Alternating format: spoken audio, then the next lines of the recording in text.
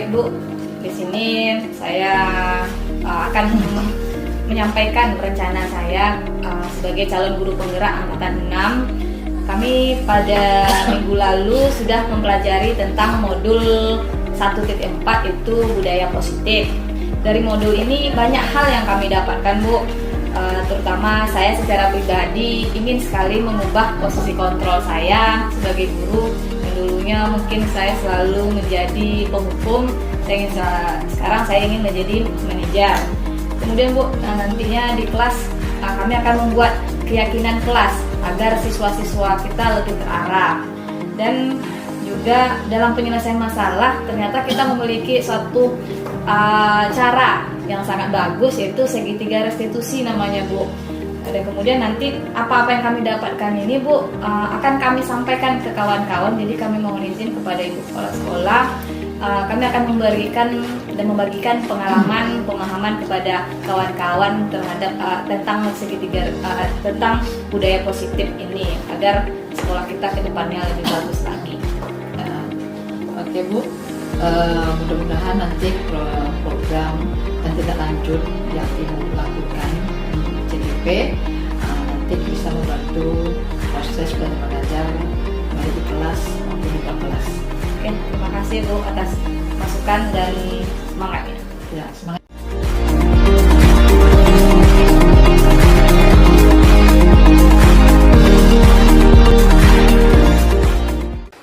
Assalamualaikum warahmatullahi wabarakatuh. Waalaikumsalam warahmatullahi wabarakatuh.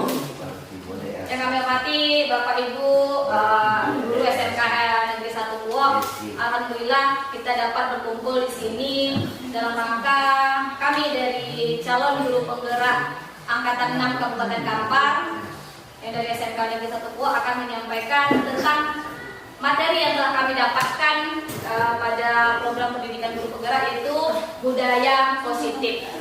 Pada budaya positif ini banyak hal yang sudah kita lakukan, namun kita tidak tahu ternyata ini sudah keluar jalur dan ini masih di jalur yang benar, dan ada yang sudah sangat keluar dari jalur yang nanti kita sampaikan sesudah kami paparkan lebih jelas. Baiklah, sebelum kita mulai diseminasi ini, kita sepakati dulu kesepakatan kelas kita. Di sini saya sudah sediakan semua orang memiliki kesempatan untuk berpendapat. Yang kedua, berpendapat setelah dipersilakan. Yang ketiga, berpartisipasi penuh secara aktif. Kemudian jika ada satu orang berbicara, maka yang lain mendengarkan. Mengikuti kelas dengan perasaan yang bahagia, berpikiran terbuka dan saling menghormati. Bagaimana Bapak Ibu, ada yang perlu kita tambahkan? Atau pas? Cukup? Oke, kalau cukup berarti ini oke, silakan. Situasi harus tenang. Situasi harus tenang, oke. Situasi harus tenang dan kondusif. Oke, terima kasih masukannya Pak. Nanti kita tambahkan, berarti ada 7 ya kesepakatan kelas kita. Tambah situasi harus tenang dan kondusif. Oke, terima kasih Pak Imam. Baik, sebelum kita memasuki materi, kami kenalkan materi budaya positif ini. Mari Bapak Ibu kita lakukan sejenak cobalah buka. Coba tangannya Bapak Ibu, kita akan silakan dikepal, salah satu tangan dikepal. Jadi dianggap tangan kita ini ada barang yang berharga dalam kepalan kita ini. Nanti kita coba kawan sebelah dirayu. Bagaimana suruh dia membuka tangan kita ini, bagaimana pertahanan kita, bagaimana Bapak Ibu nantinya. Coba dengan kawan sebelahnya, kawannya kuatkan pertahanan Anda. Coba lakukan dengan kawannya bagaimana. Siapa yang nanti di sini kita tahu posisi kontrol kita seperti apa, di mana kita mulai posisi kontrol kita. Ada yang nampaknya kuat, ada yang lepaskan begitu saja. Ya, diibaratkan di tangan kita ini ada sifat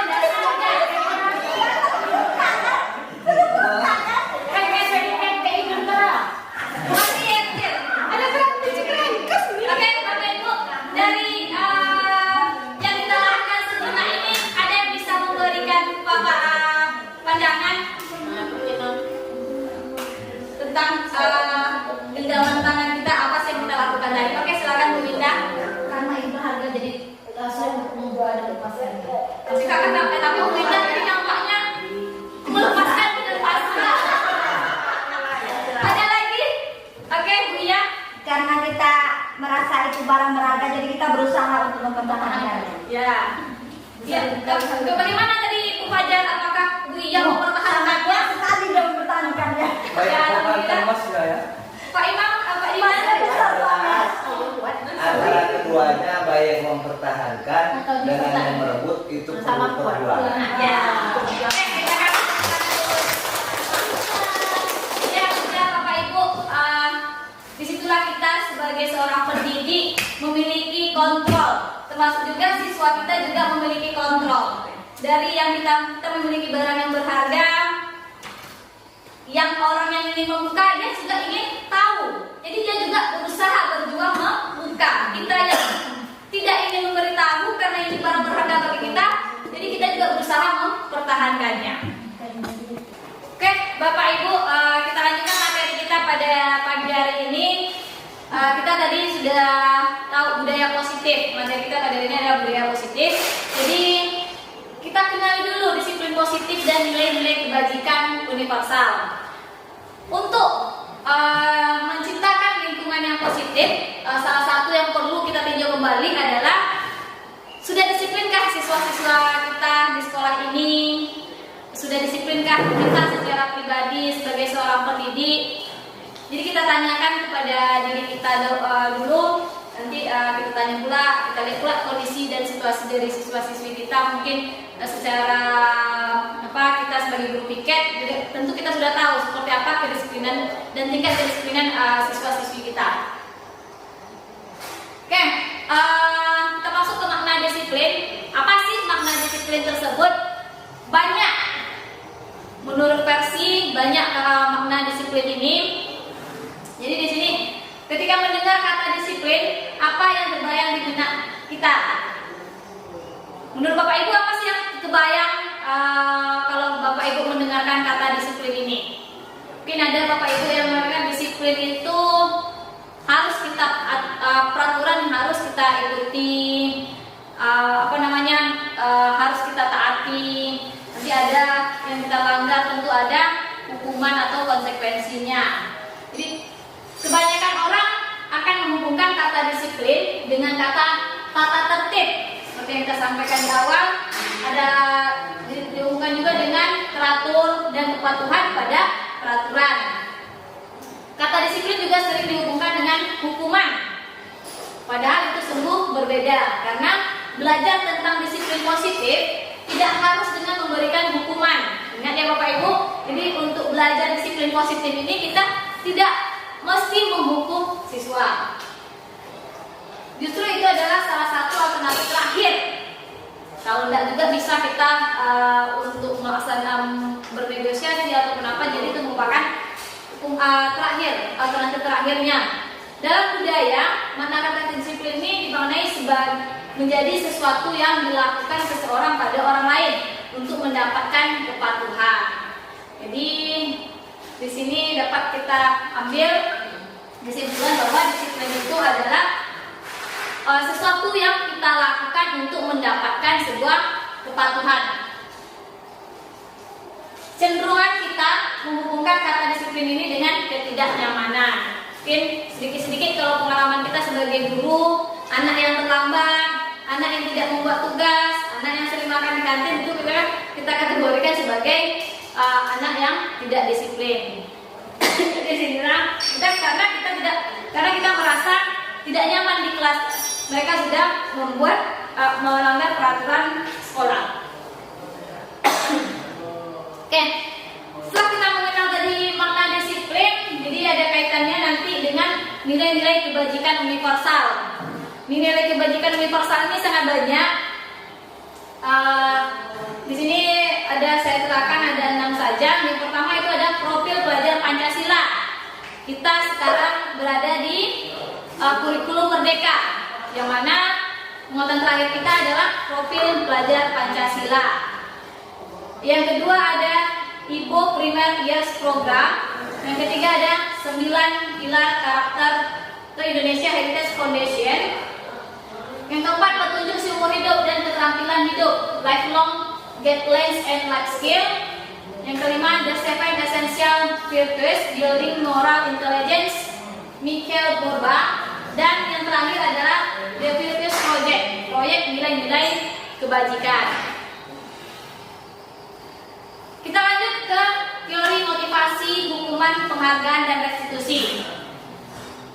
Banyak para ahli yang memaparkan, sudah melakukan penelitian seperti apa sih teori motivasi, apa sih hukuman dan penghargaan, dan apa sih restitusi tersebut. Jadi di sini saya ambil dari Dian Gosen dalam bukunya Restructuring School Discipline menyatakan ada 3 motivasi perilaku manusia. Yang pertama itu adalah untuk menghindari ketidaknyamanan atau hukuman. Di sini merupakan motivasi terendah dari seorang manusia. Mungkin kita juga ada dalam melakukan sesuatu, kita tentu memiliki motivasi. Bapak Ibu datang ke sekolah, apa motivasinya? Bapak Ibu masuk ke kelas, tentu memiliki yang namanya motivasi. Bapak Ibu ingin membeli sesuatu, ingin memiliki sesuatu, itu juga merupakan sebuah motivasi. Dapat kita lihat tingkat motivasi kita di mana? Yang pertama tadi untuk menghindari ketidaknyamanan atau hukuman. Jadi salah satunya kita datang lebih awal ataupun tidak terlambat, tentu itu motivasi kita agar kita tidak kena hukum. Dan begitu juga dengan siswa kita, dia datang lebih awal, tidak terlambat, itu juga merupakan motivasinya mungkin untuk menghindari hukuman. Motivasi yang kedua untuk mendapatkan imbalan atau penghargaan dari orang lain. Mungkin banyak juga di sini kita memiliki motivasi melakukan sesuatu itu untuk mendapatkan imbalan. Bisa kita berikan contoh di sini, mungkin anak-anak kita ikut kita kasihkan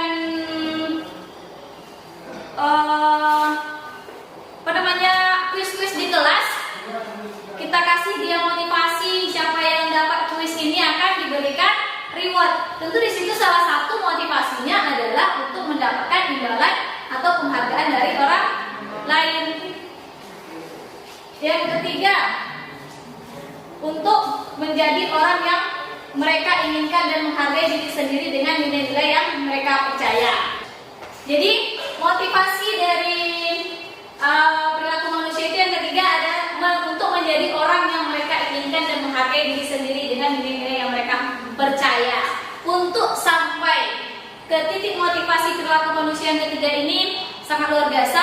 Kita perlu menghargai diri kita sendiri. Jadi tidak adanya keinginan ini, keinginan itu, tidak adanya harapan mungkin akan dipuji, akan mendapatkan reward. Jadi kita menghargai diri kita sendiri. Kita datang ke sekolah dengan tepat waktu, tidak terlambat. Berarti itu motivasi yang kita tingkatkan adalah motivasi untuk menghargai diri kita sendiri. Oke, di sini ada tabel yang kami sajikan. Ada identitas gagal, identitas sukses. Jadi nanti dari tabel ini Bapak Ibu akan dapat memahami apa yang pernah kita lakukan sebelumnya. Apakah kita menghukum, apa sih konsekuensi itu, apa sih restitusi itu. Jadi di sini dari tabel ini ada identitas gagal, identitas sukses, ada hukuman, disiplin. Di bawah identitas sukses itu ada disiplin, konsekuensi, dan restitusi. Pada identitas gagal, saya bacakan, sesuatu yang menyakitkan harus terjadi. Jadi hukuman itu sesuatu yang menyakitkan harus terjadi. Sedangkan konsekuensi sesuatu harus terjadi, dan restitusi itu merupakan pilihan. Jadi di sini nampak ya bedanya Bapak Ibu antara hukuman, konsekuensi, restitusi. Pada kolom kedua, baris yang kedua, hukuman itu tidak nyaman untuk murid. Dalam jangka waktu yang panjang. Kalau konsekuensinya tidak nyaman untuk murid untuk jangka waktu pendek. Kemudian pada restitusinya menguatkan murid dalam jangka waktu yang panjang. Selanjutnya korban mendapatkan keadilan. Kalau hukuman ya Bapak Ibu, kalau untuk konsekuensi korban bisa diabaikan.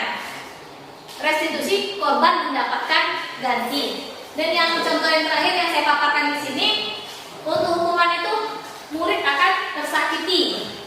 Jadi hukuman itu memang secara lumrahnya tentu ada yang tersakiti. Dan untuk konsekuensinya murid dibuat tidak nyaman. Konsekuensi restitusi, murid mendapatkan penguatan. Jadi dari tabel di sini sudah bisakah Bapak Ibu memaknai apa itu hukuman, apa itu konsekuensi, dan apa itu restitusi? Dapat kita lihat pada selanjutnya. Jadi hukuman itu bersifat tidak terencana atau tiba-tiba. Jadi terkadang kita sebagai seorang guru, anak yang terlambat, anak yang tidak masuk kelas, secara tiba-tiba, secara refleks kita menghukum dia di saat itu. Apa yang misalnya terlambat, hukumannya bisa jadi mencabut rumput dan segala macamnya, itu kita lakukan secara tiba-tiba dan tidak terencana. Hukuman bersifat satu arah dari pihak guru yang memberikan. Jadi ternyata hukuman itu bersifat satu arah atau pengarahan dari pihak guru, baik sebelum atau sesudahnya. Hukuman yang diberikan bisa berupa fisik maupun psikis. Murid atau anak disakiti oleh suatu perbuatan atau kata-kata. Jadi hukuman di sini tadi dapat kita lihat tidak terencana, ada yang tersakiti, baik berupa fisik ataupun psikis. Jadi itulah hukuman.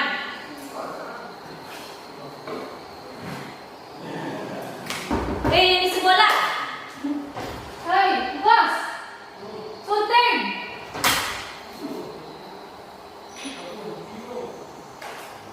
Jangan ribut. Oke, kita lanjutkan. Adapun konsekuensi itu sudah terencana ataupun sudah disepakati, sudah dibahas dan disetujui oleh antara murid dan guru. Hukuman tidak terencana, konsekuensi sudah terencana dan disepakati. Umumnya bentuk-bentuk konsekuensi dibuat oleh pihak guru dan murid sudah mengetahui sebelumnya konsekuensi yang akan diterima bila ada pelanggaran. Pada konsekuensi, murid tetap dibuat tidak nyaman untuk jangka waktu panjang. Sesuai dengan penerapan di sekolah kita, mungkin konsekuensi yang sudah kita lakukan itu berupa sistem poin.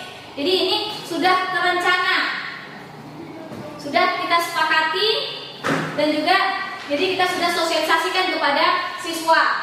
Tapi di sini adanya terasa tidak nyaman dalam jangka waktu pendek karena anak-anak mendapatkan poin ketika terlambat, tidak menggunakan seragam sesuai aturan sekolah, saat belajar mereka makan di kantin. Jadi itu kan ada poin-poinnya. Itu merupakan bagian dari konsekuensi. Dan yang terakhir itu ada restitusi. Restitusi adalah proses menciptakan kondisi bagi murid untuk memperbaiki kesalahan mereka, sehingga mereka bisa kembali pada kelompok mereka dengan karakter yang lebih kuat. Ini menurut Gosen itu pada tahun 2004. Adapun menurut Charles Gosen 1996, restitusi juga merupakan proses kolaboratif yang mengajarkan murid untuk mencari solusi dari masalah yang mereka buat dan membantu murid berpikir tentang orang seperti apa yang mereka inginkan dan bagaimana mereka harus memperlakukan orang lain. Jadi restitusi ini merupakan bagaimana kita mencari solusi antara kita guru dan murid yang membuat masalah. Oke Bapak Ibu, kita masuk ke part selanjutnya. Di sini ada keyakinan kelas. Ayo Bapak Ibu, siapa yang sudah pernah membuat keyakinan kelas? Mungkin hal baru yang kita dengarkan, tapi menurut saya ini sudah sering kita lakukan ataupun sudah pernah kita lakukan di kelas kita masing-masing. Saya pun secara pribadi mungkin mendengarkan keyakinan kelas agak kaget juga saat materi pada modul 1.4 ini berlangsung, karena saya selama ini hanya membuat itu namanya kesepakatan kelas. Jadi ternyata lebih kurang sama. Jadi kesepakatan kelas atau keyakinan kelas itu hal yang kita buat antara siswa kita dan kita di pembelajaran kita. Misalnya saya seorang guru bahasa Inggris, tentu berbeda dengan guru lainnya. Saya bahasa Inggris mewajibkan membawa kamus misalnya. Jadi itu kesepakatan kelas saya dengan siswa-siswa saya. Untuk membuat kesepakatan kelas ini ataupun pembentukan keyakinan kelas ini dapat kita, pertama, keyakinan kelas bersifat lebih abstrak daripada peraturan yang lebih rinci dan konkret. Jadi nanti anak-anak akan mengusulkan banyak macam, ada mungkin dilarang makan di kelas, tidak menggunakan handphone dan lain sebagainya. Jadi kita ambil yang bersifat abstrak dan lebih rinci dan konkret, jangan terlalu bertele-tele nanti bahasanya. Yang kedua itu keyakinan kelas berupa pernyataan universal. Jadi pernyataan ini bersifat umum. Yang ketiga, pernyataan keyakinan kelas senantiasa dibuat dalam bentuk positif. Jadi jangan bentuk negatif, kita buat dalam bentuk positif. Keyakinan kelas hendaknya tidak terlalu banyak sehingga mudah diingat dan dipahami oleh semua warga kelas. Jadi nggak perlu banyak,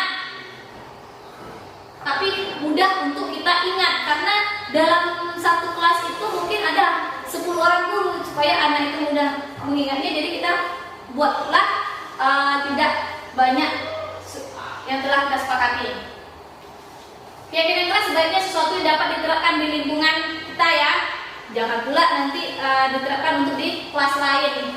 Kita sesuaikan dengan kelas di mana kita masuk. Semua warga kelas hendaknya ikut berkontribusi dalam pembuatan keyakinan kelas lewat kegiatan curah pendapat. Semua, ada 30 orang siswa kita, ada 32, semuanya nanti akan ikut memberikan masukan apa saja yang mereka inginkan akan diterapkan di kelas kita. Dan yang terakhir itu bersedia meninjau kembali keyakinan kelas dari waktu ke waktu. Inilah yang sering kita lupakan ya Bapak Ibu. Setelah kita buat keyakinan kelas, kita ya udah 1 semester 1 tahun itu aja tanpa kita tinjau kembali. Ternyata kita harus meninjau kembali, kita sesuaikan pula dengan kondisi zaman kita. Contohnya saya secara pribadi guru bahasa Inggris.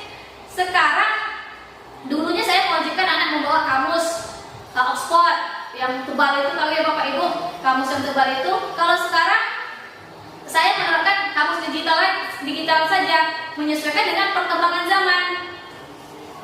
Di samping anak-anak membawa yang namanya kamus Oxford, anak juga bisa menggunakan kamus digital. Oke, di sini yang pernah kami lakukan tadi yang setelah dipaparkan contoh dari yang saya buat pada tugas saya. Keyakinan kelas itu yang bersifat positifnya seperti apa? Tampak seperti datang tepat waktu. Itu kan nampak ya Bapak Ibu. Kalau tidak tampak seperti sering datang terlambat. Tampak seperti menjaga kebersihan kelas, berdoa sebelum belajar, memakai seragam sesuai aturan. Tidak tampaknya seperti apa? Sering datang terlambat, buang sampah sembarangan, acuh tak acuh saat berdoa, memakai seragam yang sembarangan. Itu yang bersikap positifnya. Sini ada juga contoh percaya dan menghormati orang lain dan barang miliknya. Tidak tampaknya seperti apa Bapak Ibu? Menghargai guru dan orang lain. Itu tampaknya ya, nampak sama kita. Menyapa guru dan teman setiap berjumpa. Meminta izin jika hendak memakai barang orang lain. Percaya kepada guru dan teman. Tidak tampak seperti cuek terhadap guru dan orang lain. Tidak menyapa guru dan teman setiap berjumpa. Tidak meminta izin jika hendak memakai barang orang lain. Tidak percaya kepada guru dan teman. Jadi ini mungkin sebagian besar bisa nanti kita terapkan di kelas kita masing-masing. Tadi sudah panjang lebar kita berbicara tentang keyakinan kelas. Di sini sebelumnya saya sudah menerapkan setelah mengikuti pendidikan guru penggerak. saya menerapkan seperti apa yang sebenarnya diharapkan oleh dunia pendidikan tersebut.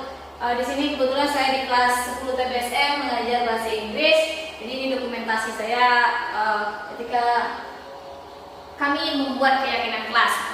Bapak Ibu semuanya, keyakinan kelas ini untuk bisa kita buat secara bervariasi. Tapi di sini kami menggunakan karton hitam, nanti ada kertas sticky note, anak-anak diberikan kertas. Jadi anak-anak kita berikan kebebasan.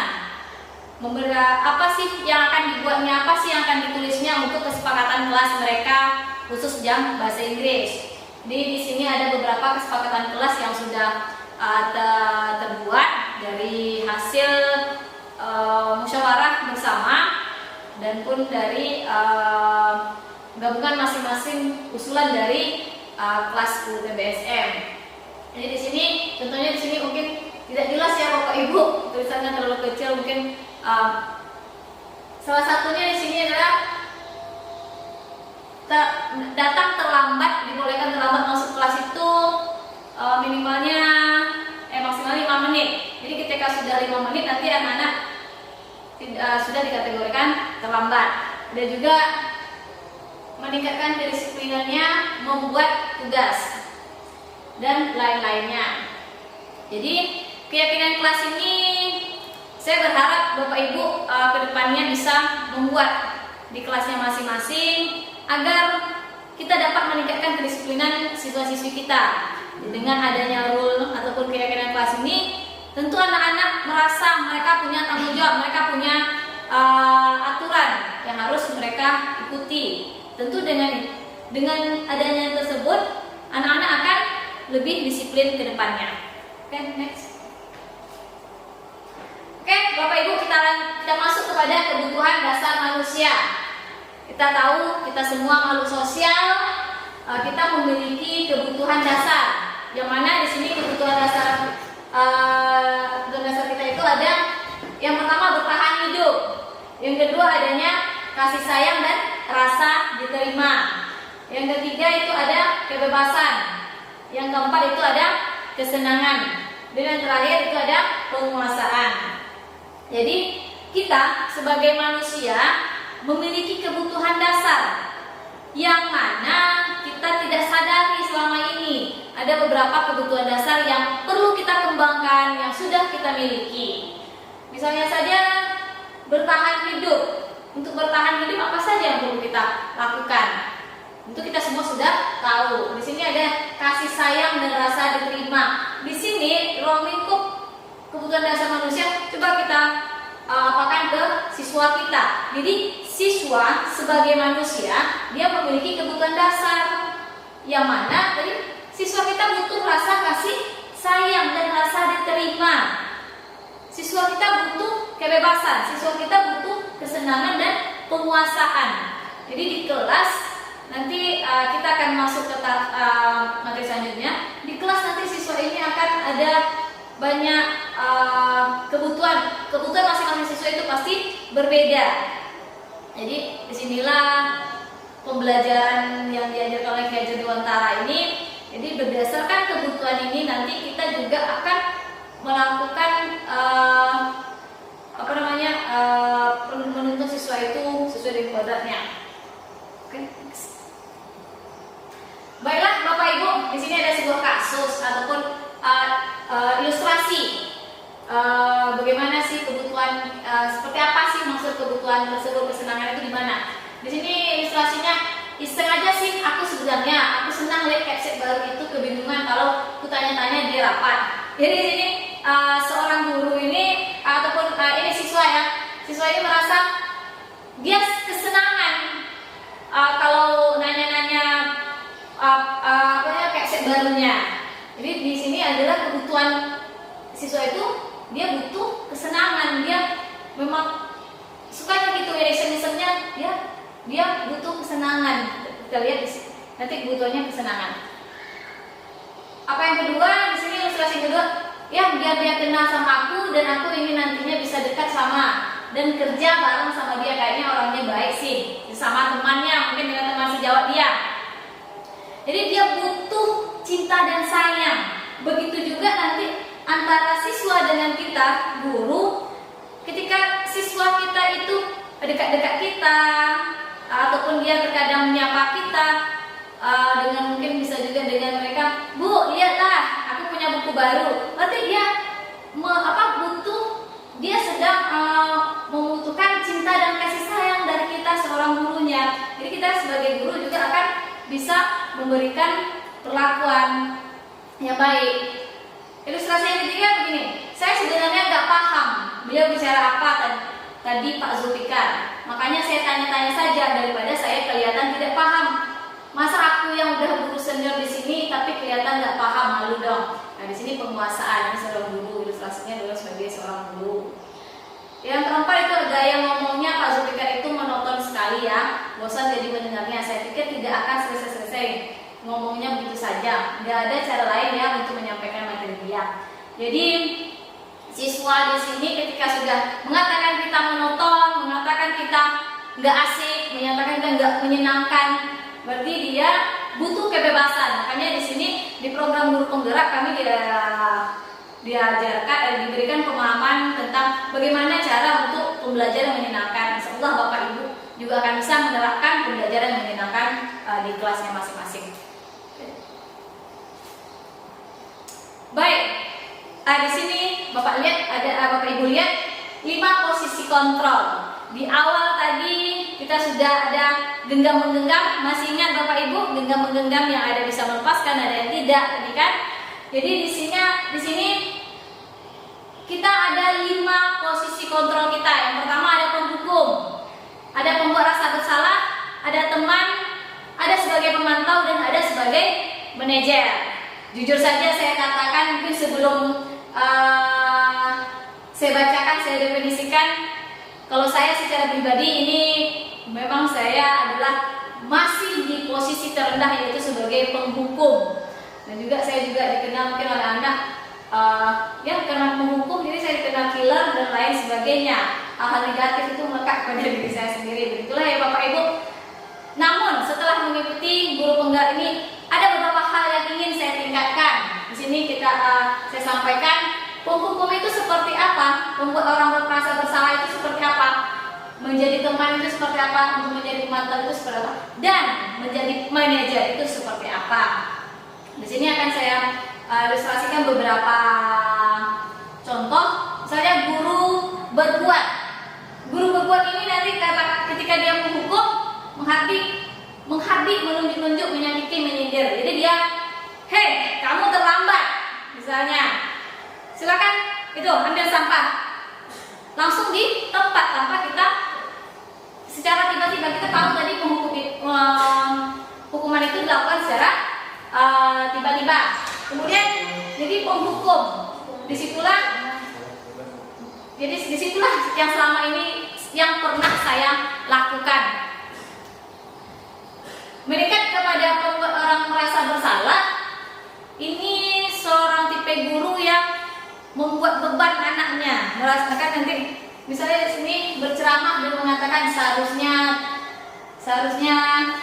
habis itu ibu kecewa, seharusnya kamu gini, ibu kecewa loh dengan tingkah laku kamu hari ini, seharusnya kamu sudah bisa meningkatkan tingkah laku kamu, sudah bisa meningkatkan pemahaman kamu tentang pembelajaran kita ini. Ketika sudah menjadi teman, membuatkan alasan-alasan untuk muridnya. Kita sebagai guru selalu kita membuatkan alasan-alasan kepada murid kita. Dan itu pemantau, menghitung dan mengukur. Jadi pemantau ini kita memantau hari ke hari seperti apa siswa kita dalam proses pembelajaran yang kita lakukan di kelas. Dan yang terakhir, kalau kita sudah menjadi manajer, mengajukan pertanyaan-pertanyaan.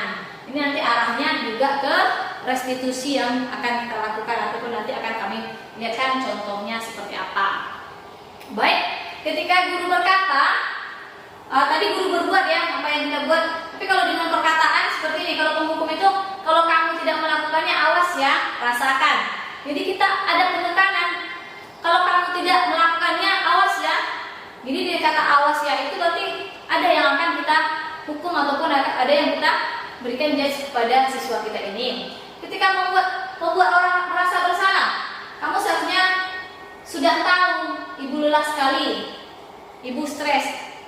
Jadi ini dengan tingkah laku anak, mungkin kita bisa kita mengucapkan ini berarti kita masih berada di posisi membuat orang merasa bersalah. Nah, kalau teman kita sudah mengajak, ayolah lakukan demi ibu, masa kamu tidak mau? Ingat tidak, ibu pernah bantu. Jadi kita udah kata ayo mengajak, itu sudah menempatkan posisi kontrol kita sebagai seorang teman. Dan sebagai ketika jadi pemantau, kita apa peraturannya? Tanyakan, kita mengucapkan apa peraturannya. Nanti tentu siswa kan peraturannya ini dan segala macamnya. Ketika kita sudah menjadi seorang manajer ataupun posisi kontrol kita berada pada posisi kontrol manajer, ini apa yang kita yakini, apa yang bisa kau kerjakan untuk memperbaiki masalah ini. Jadi kita mengajak, berdiskusi, apa sih yang apa yang kita yakini. Yakini di sini apa? Kita tentu sebelumnya sudah masuk kepada keyakinan kelas. Jadi kita kembalikan lagi keyakinan kelas kita. Kita bawa anak untuk mengingat keyakinan kelas kita. Jadi jangan langsung menjadi penghukum ya Bapak Ibu. Untuk hasil kalau penghukum tentu anak akan selalu memberontak dari hardikan kita, dari jas kita.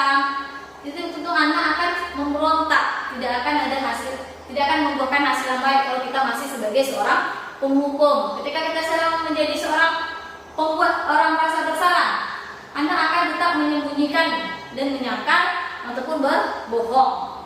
Kemudian kalau teman itu adanya saling ketergantungan nanti siswa kita. Kalau untuk memantau menyesuaikan diri bila diawasi. Dan ketika menjadi seorang manajer menguatkan pribadi. Jadi dengan adanya ketika kita sudah memiliki posisi kontrol sebagai seorang manajer, kita sudah menguatkan pribadi siswa tersebut. Oke, di sini banyak nanti akan kita share saja di grup kita ya Bapak Ibu. Next. Oke, di sini mungkin hal-hal yang sebelumnya pernah kami katakan. Segitiga restitusi itu seperti apa? Ya, beginilah Bapak Ibu. Segitiga restitusi simple seperti segitiga bermuda ya Bapak Ibu, mungkin sepintas saja. Di sini di tengah ada segitiga restitusi. Apa saja yang akan langkah-langkah yang harus kita lakukan dalam menerapkan segitiga restitusi? Yang pertama, kita menstabilkan identitas dulu. Dalam menstabilkan identitas ini, apa yang dilakukan? Setiap orang pasti pernah melakukan kesalahan. Jadi kita ketika anak kita melakukan kesalahan, jadi kita tanyakan dulu, kita stabilkan identitasnya dulu bahwa setiap orang itu pernah melakukan kesalahan. Dan kemudian bukan satu-satunya yang pernah melakukan ini. Jadi kita yakinkan, kita stabilkan mindset siswa kita bahwa nggak hanya dia yang pernah melakukan ini. Setelah adanya penstabilan identitas, nanti adanya validasi kebutuhan. Maaf, kita lanjut ke menanyakan keyakinan dulu. Untuk menanyakan keyakinan ini, kita tanya nilai apa yang telah kita sepakati. Ingin menjadi orang seperti apa? Kita tanyakan kepada siswa kita, kemudian baru validasi kebutuhan. Kamu tentu punya alasan. Terbalik.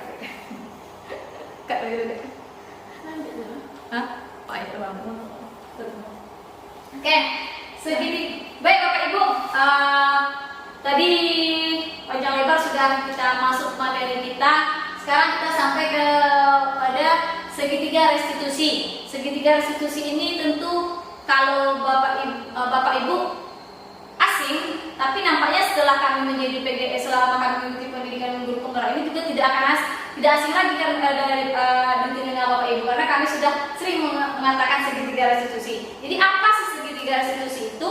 Segitiga restitusi ini merupakan cara kita dalam menyelesaikan masalah siswa.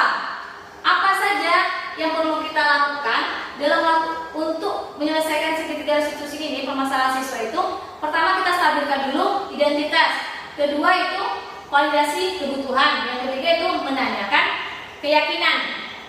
Yang mana menstabilkan identitas itu kita pastikan bahwa setiap orang pernah melakukan kesalahan. Jadi kita bawa siswa itu kan, ya kamu nggak bahwa melakukan, misalnya dia datang terlambat, memang sih nggak kamu aja yang pernah datang terlambat, semua orang juga pernah datang terlambat gitu. Kemudian adanya bukan satu-satunya yang pernah melakukan ini, jadi kesalahan itu sangat berat. Kesalahan itu nggak hanya dia loh yang melakukan, setiap orang juga mungkin pernah melakukan sesuai dengan tingkat kesalahannya. Yang kedua itu validasi kebutuhan. Dalam validasi kebutuhannya apa sih yang kita lakukan? Kita tanyakan, kamu tentu punya alasan mengapa melakukan itu. Kita tanyakan alasannya, mengapa dia melakukan kesalahan tersebut. Yang keduanya, adakah cara yang lebih efektif untuk mendapatkan apa yang kamu butuhkan. Jadi kita tanyakan juga cara yang efektifnya, bagaimana dia mendapatkan untuk memenuhi kebutuhan dia. Yang terakhir itu menanyakan keyakinan. Dalam menanyakan keyakinan ini, kita bisa menanyakan nilai-nilai apa saja yang kita sepakati. Nilai-nilai ini sudah kita bahas sebelumnya, ada nilai-nilai universal yang sudah kita tuangkan ke dalam keyakinan kelas atau kesepakatan kelas kita. Jadi kita tanyakan lagi, nilai apa saja yang kita sepakati. Lanjut ada, kamu ingin menjadi orang yang seperti apa. Jadi disinilah restitusi, kita membawa siswa kita berdiskusi seperti apa, untuk seperti apa dia ke depannya. Dia sudah melakukan kesalahan. Setelah itu kita, apakah dia bahwa kesalahan itu tidak hanya dilakukan oleh dia. Kemudian kita tanyakan kepada dia melakukan itu alasannya apa, kenapa. Baru nanti kita cocokkan, kita kaitkan dengan keyakinan kelas kita. Bagaimana keyakinan kelas kita. Jadi kemudian ada itu tadi, untuk kedepannya dia mau seperti apa. Dia mau berubah, dia mau memperbaiki kesalahannya. Jadi dia yang menentukan, siswa itu yang menentukan, bukan kita yang menentukan. Jadi Bapak Ibu, beginilah segitiga restitusi untuk penerapannya. Dapat Bapak Ibu lihat dalam video saya.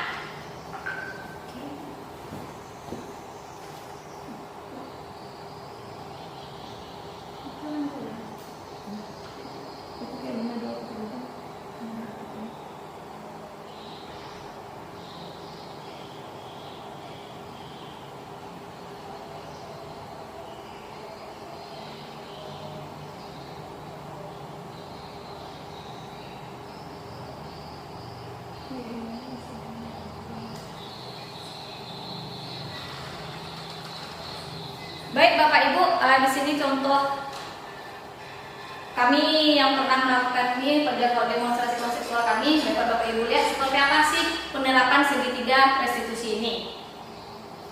Sabar ya. Baik Bapak Ibu, sini contoh yang sudah pernah kami lakukan. Dapat kita lihat video sini. Pada tugas demonstrasi kontekstual 1.4 budaya positif, saya akan melakukan praktek segitiga restitusi.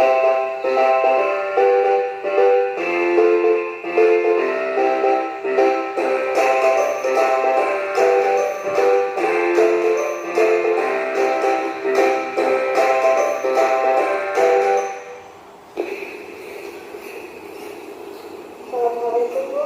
Waalaikumsalam ini. Apa kabar? Nampaknya ada yang mau bicarakan ini. Ya Bu, saya lagi kesal dan marah sama teman-teman di kelas. Mereka bilang saya sok pintar, sok dididik, sok rajin. Padahal saya hanya ingin mengingatkan kawan-kawan untuk mengumpulkan tugas tepat waktu, sehingga saya pun gak mengenal kepada kawan-kawan di kelas. Oh, begitu ya Bu. Tentu kamu sangat marah terhadap tindakan kawan-kawan kepada kamu. Sambil ibu pun di sisi kamu, ibu juga akan marah. Tapi sekarang ibu tidak akan mencari siapa yang salah dan siapa yang benar. Sekarang ibu hanya ingin mencari solusi dari permasalahan. Tapi Bu, saya kesel banget sama teman-teman Bu. Hingga saya tidak bisa menahan emosi. Kami melakukan itu tentu ada alasannya bukan? Ya Bu, saya menjaga diri saya. Saya nggak mau dikatakan soal gitu Bu. Baik Budi, sekarang Ini langsung menanyakan keyakinannya Bu. sesuai belum dengan keyakinan kelas kita? Tidak sesuai Bu, karena saya tidak marah-marah juga membuat keributan di kelas. Kira-kira kamu bersedia nggak memperbaiki ke depannya? Bersedia Bu. Saya akan mengontrol diri saya supaya tidak mudah marah dan emosi dan memberikan pemahaman kepada kawan-kawan terhadap keyakinan kelas kita. Ya, setelah kami memperbaiki ini, kedepannya kamu ingin menjadi siswa seperti apa? Saya ingin menjadi siswa yang lebih menghargai orang lain dan menjadi orang yang sabar serta bisa menahan emosi Bu. Oke ini sekarang sudah tenang dan clear ya. Sudah Bu, terima kasih. Saya izin kembali ke kelas ya Bu. Assalamualaikum. Dan silakan ke kelas. Waalaikumsalam. Jadi beginilah cara penyelesaian kita ya Bapak Ibu. Ini ada kasus siswanya. Siswa ini kita dia tidak membuat tugas karena sudah mengenal game. Menstabilkan identitas dia dulu. Assalamualaikum Bu. Waalaikumsalam. Kata kali ini manggil saya. Ya ini sini silakan Ibu.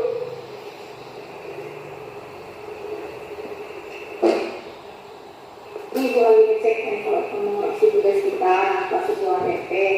Ini tugas ini masih banyak kosong ya namanya. Ya Bu, maaf saya sudah jarang mengerjakan tugas karena saya sekarang sudah mulai mengenal game Bu. Maaf Bu, dibuat soal itu tidak apa-apa, bermain itu boleh game. Tapi selesaikan dulu tugas-tugasnya. Kita bisa menyelesaikan ini. Untuk itu apa yang bisa dilakukan? Saya tidak akan mengulanginya lagi Bu. Saya akan membuat tugas-tugas saya dan mengumpulkannya tepat waktu. Kamu pasti punya alasan. Sudah masuk ke validasi tindakan ya Bu. Ya Bu, saya ingin mengisi kegiatan sehari-hari saya Bu dan menghilangkan untuk di rumah Bu. Mau mengisi kegiatan, tapi apakah kegiatan yang kamu lakukan sudah sesuai dengan keyakinan kelas kita? Ya Bu, saya tidak melaksanakan kewajiban saya dinilai sebagai seorang siswa. Saya tidak memanfaatkan waktu dengan baik. Jadi, apa yang bisa kamu lakukan untuk memperbaikinya? Saya akan belajar membagi waktu agar saya tidak lalai dalam membuat tugas. Untuk tugas-tugas yang saya kumpulkan akan saya kumpulkan minggu depan semuanya Bu. Baiklah ini setelah memperbaiki ini, kedepannya kamu menjadi siswa yang seperti apa? Saya ingin menjadi siswi yang bertanggung jawab dan disiplin dalam segala hal Bu. Ya, terima kasih. Silakan kembali ke kelas ya. Terima kasih Bu. Assalamualaikum. Jadi Bapak Ibu dari dua video ini dapat kita lihat jadi jadi saya besar harapan kami Bapak Ibu nantinya bisa juga menyelesaikan masalah-masalah siswanya di kelas dengan penerapan segitiga restitusi ini. Oke Bapak Ibu, nampaknya kita sudah sampai di penghujung materi yang kami sampaikan. Jadi sebelum kita tutup, apakah ada pemahaman atau miskonsepsi yang masih menjadi beban di pikiran Bapak Ibu? Silakan, mungkin jika kami dapat kami langsung jawab, nanti kalau tidak nanti kami jadikan PR untuk kami ke depannya. Oke, silakan Bapak Ibu. Silakan Bu Nelpam. Oke, dari tadi kita mendengarkan penjelasan-penjelasan itu, apakah mungkin dengan kondisi sekolah kita yang begini bisa kita menerapkan keyakinan kelas ini? Apa mungkin bisa atau gimana? Oke, terima kasih Bu Nelpam. Kita tampung dulu atau kita langsung jawab? Ini ada lagi rasanya yang ingin bertanya? Oke, silakan Bu Yang. Apakah Ibu yakin segitiga restitusi ini bisa diterapkan di sekolah kita? Oke, terima kasih Bu Yang. Di sini ada dua pertanyaan. Saya akan mencoba untuk menjawab pertanyaan ini. Yang pertama dari Bu Nelpam, keyakinan kelas. Di sini tadi sudah saya paparkan juga keyakinan kelas ini kita buat di awal pembelajaran kita. Seperti yang kita sepakati dari awal materi kita. Jadi untuk itulah rule di kelas kita masing-masing kita tentu seperti saya tadi ada dilarang menggunakan handphone, dan ada juga bapak ibu yang membenarkan pakai handphone, tapi jadi tentu kan kita masing-masing ketika kita memiliki keyakinan kelas atau kesepakatan kelas ini, saya rasa kelas-kelas kita, anak-anak kita pun akan bisa meningkatkan kedisiplinannya karena kita sudah punya aturan di kelas kita masing-masing. Dan juga untuk keyakinan kelas kita ini, kita ingatkan selalu anak, dan juga harus perbaiki juga, sesuaikan dengan kondisi kita. Terima kasih Kak Buya. Tadi Buya menanyakan tentang penerapan, yakinkah kita untuk menerapkan segitiga restitusi ini di sekolah kita dengan kondisi ya sama kita tahu anak-anak kita tingkah lakunya, attitude-nya jauh dari harapan.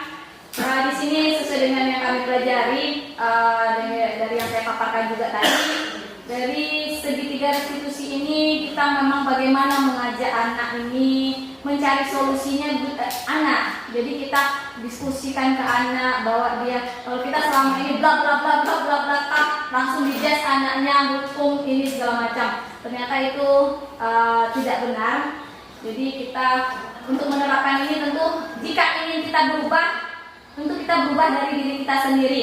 Kita terapkan perlahan-perlahan. Saya rasa mungkin mulai dari saya secara pribadi, saya juga mungkin sudah menerapkannya. Mungkin Bapak Ibu juga sudah melihat saya yang biasanya megang mic bla bla bla langsung nada tinggi, kalau sekarang mungkin saya sudah agak slow. Itu jadi perlahan, insya Allah kita terapkan, dan juga nanti kita kasih lagi pemahaman kepada Bapak Ibu yang belum ikut adiseminasi ini. Oke, bagaimana Bu ya? Oke. Boleh. Oke, Bapak Ibu, nampaknya sudah kurang fokus. Mari kita berdiri sebentar. Oh. Baiklah. Oh, enggak non. Oke, Bapak Ibu, saya ada sedikit untuk menyemangatkan kita di pagi hari ini, lebih semangat lagi untuk mendengarkan dan menyambung tugas kita di kelas. Di samping kita saya buat sedikitnya cowboy. Bapak Ibu ingat cowboy? Tahu siapa cowboy? Ya. Cowboy identik dengan tembak. Apa lagi Pak? Badan tali. Oke, sekarang kita yang simpelnya kita pakai door saja. Pistol. Ya, kita pakai pistol. Sekarang apanya gini aja. Bapak Ibu di sebelah kanan, tidak tahu siapa orangnya, tapi kita lihat siapa yang akan konsentrasi fokus di sini. Ketika saya door, misalnya door Pak Pikar menyebutkan Pak Pikar tetap diam, duduk.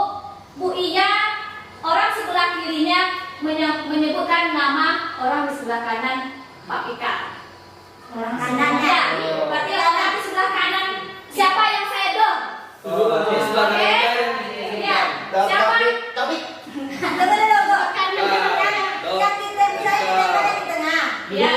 yang menyebutkan sebelah kiri, yang disebutkan sebelah kanan. Iya. Itu kan agak apa? Agak kepikir.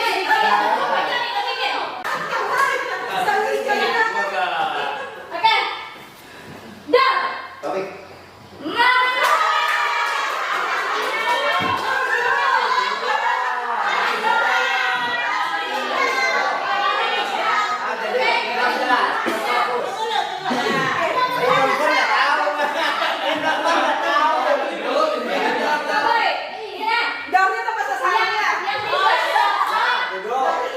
Orang sebelah kirinya menyebutkan orang sebelah kanan yang hidup.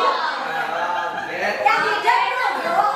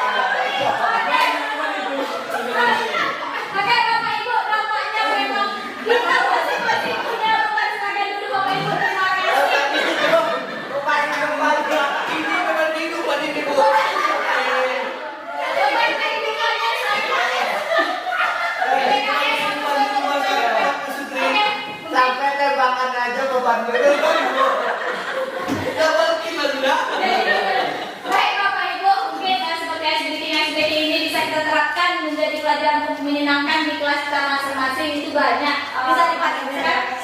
Itu betul. Dan bisa. Karena kita musik, kalau masalah musik juga ada. Yang ini kita kan mau musik. Oke?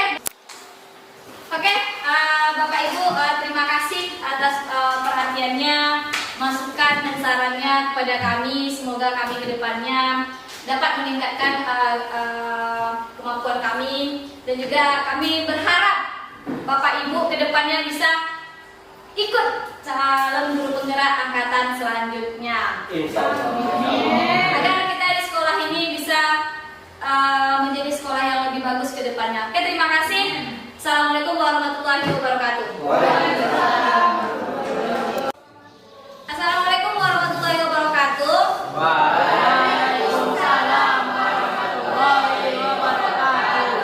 Morning, my student. How are you this morning? I'm fine too. Oke, sebelum kita memulai pembelajaran, kita buat dulu kesepakatan kelas kita, keyakinan kelas kita.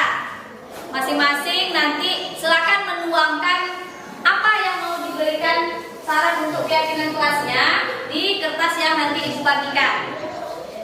Setelah ditulis nanti langsung ditempel di papan di depan keyakinan kelas. Keyakinan kelas ini akan menjadi aturan rule kita selama pembelajaran bahasa Inggris. Oke.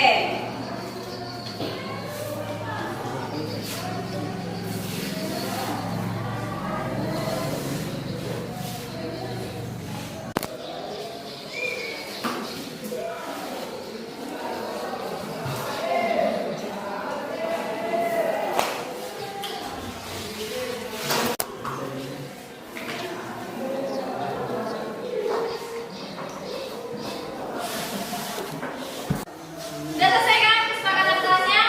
Yang dibuat? Oke, silakan didaftarkan di sini.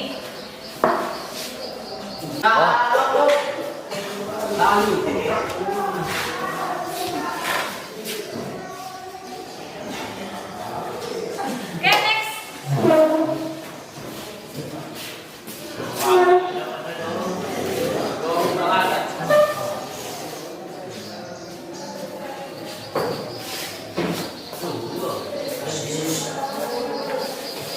Silakan, next, Surya.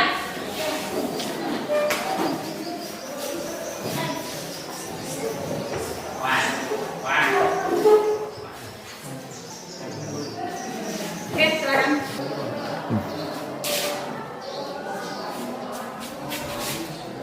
Kalian, jadi ini keyakinan kelas kita yang sudah menjadi kesepakatan kita bersama yang harus kita ikuti, khusus pelajaran bahasa Inggris. Jadi Ibu harapkan nggak ada lagi yang terlambat, yang tidak seragam. Assalamualaikum warahmatullahi wabarakatuh. Waalaikumsalam warahmatullahi wabarakatuh. Selamat pagi, anak. Pagi. Sehat? Sehat. Semangat? Semangat. Nah, baiklah anak-anak, sebelum kita memasuki pembelajaran, ada baiknya kita itu membuat kesepakatan kelas. Nah, kesepakatan kelas ini akan kita kumpulkan di sini, yaitu dalam bentuk keyakinan kelas. Baik, Ibu akan membagikan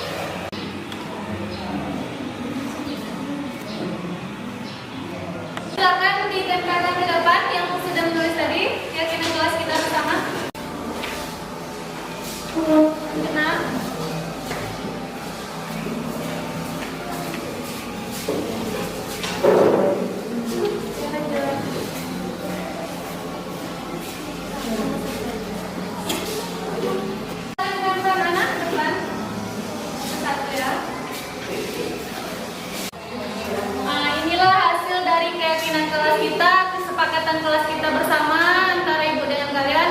Semoga kedepannya kita bisa melaksanakan ini ya. Bisa?